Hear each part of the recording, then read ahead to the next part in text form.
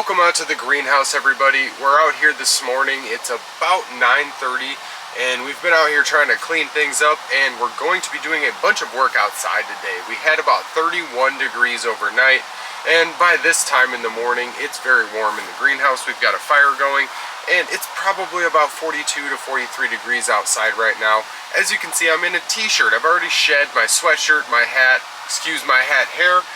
We have the doors open because it is warm enough in here after that sun broke over our trees. Because of the passive heat from the sun and our double layer poly, we still have shade cloths up on 90% of our greenhouse. Just the very end here doesn't have a shade cloth on it. So enough about why I'm out here in a t-shirt and shorts and it's only 40 degrees outside. We have the stove going, and I've got this little oven. The stovetop oven you can see behind me. I believe it's a Coleman. Yes, it is a Coleman. So we've got these muffins here. My son helped me make this small batch of little muffins. So we're gonna test this oven out today, actually. And our thermometer is showing about 300 degrees. So we're gonna go ahead and just pop these in here.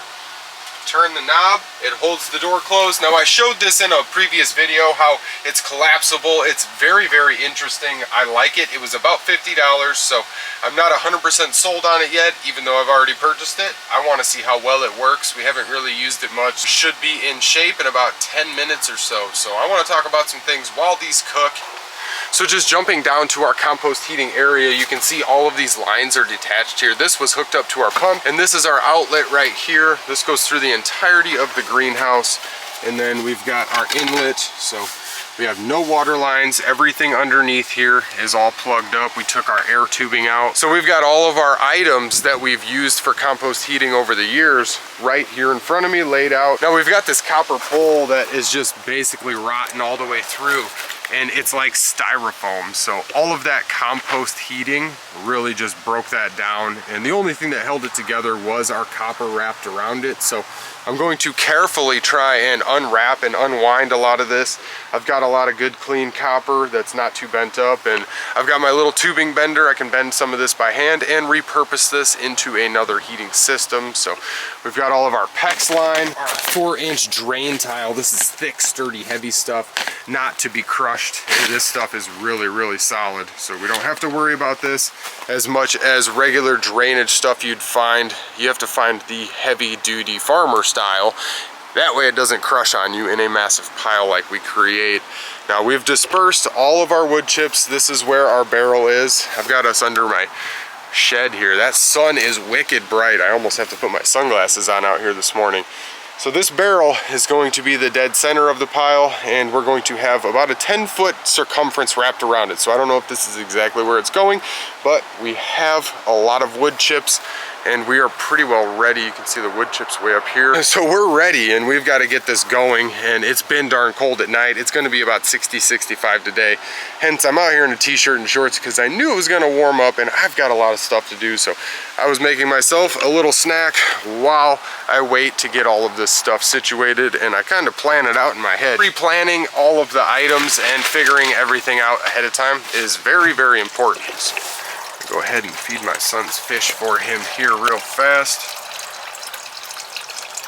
This mint just absolutely took over, so while I am over here, I'm gonna just set the camera up. So as far as this little pond goes, and ponds and winter don't usually go together very well unless you have it deep enough. That way the geothermal temperatures don't freeze all the way solid. You don't have a winter kill, and zero oxygen in your water. So we may have that problem solved with flowing water, but it does get darn cold on the edges of the greenhouse. So insulating the best I can.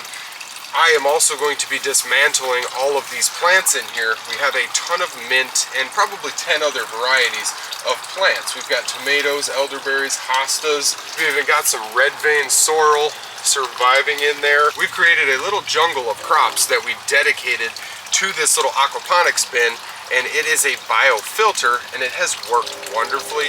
We do get a lot of sunlight in here, so we have algae growth, and we had a lot of guppies swimming around in here eating up algae and mosquito larvae and stuff. So it was a very decent little ecological experiment, and it's pretty darn cool to have a fish pond inside the greenhouse, and not only that, it holds a decent thermal mass. So just taking a closer look at this mass of roots we've created, I'm starting to try and pull plants out, but it is just enormous. They are so vast and tied together. Everything is just one massive root system. So I have to basically dismantle the entire thing, which I'm going to be doing here, and I'll probably just do a whole video dedicated to pulling all of this apart. That is just insane. There's no fish left in here, and the water is pretty darn clean, other than all the silt I just picked up. Look at this massive amount of roots that have just been filtering all of the biomass out of this pond through the entire summer. We've even got this large basil coming out the top, and all the basil outside in the garden is toast right now. It's all black from getting too cold. So all of our tomatoes are pretty well toast.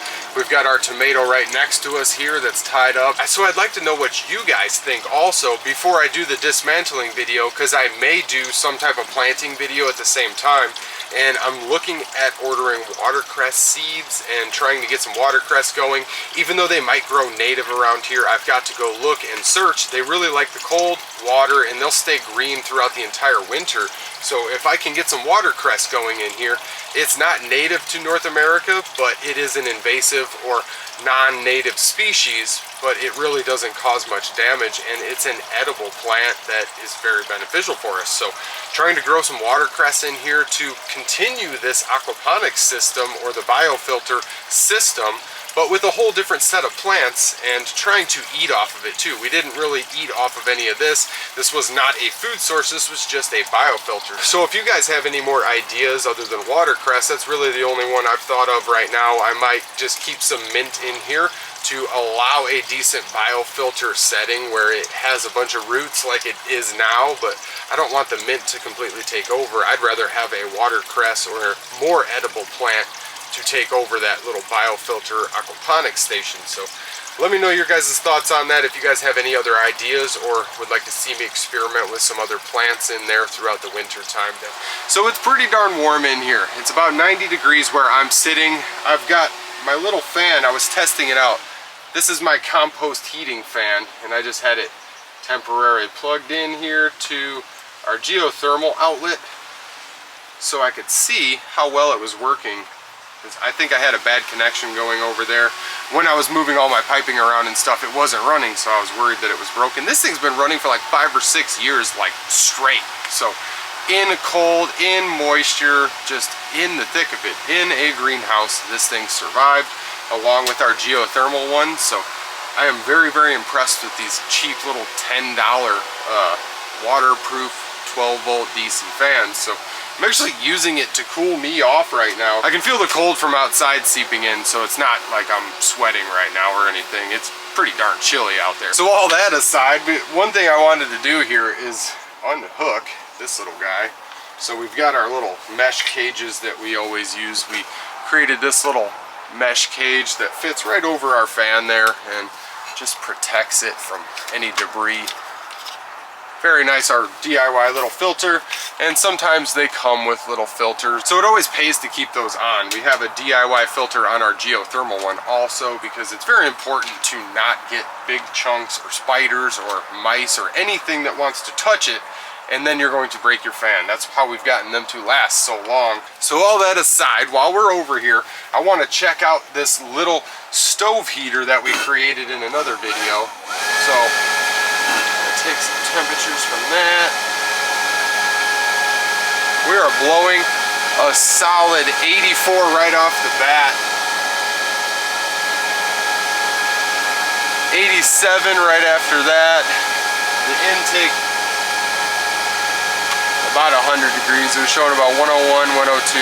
So that's pretty darn cool. We're going to be able to super blast some heat down this greenhouse and right into our little tunnels.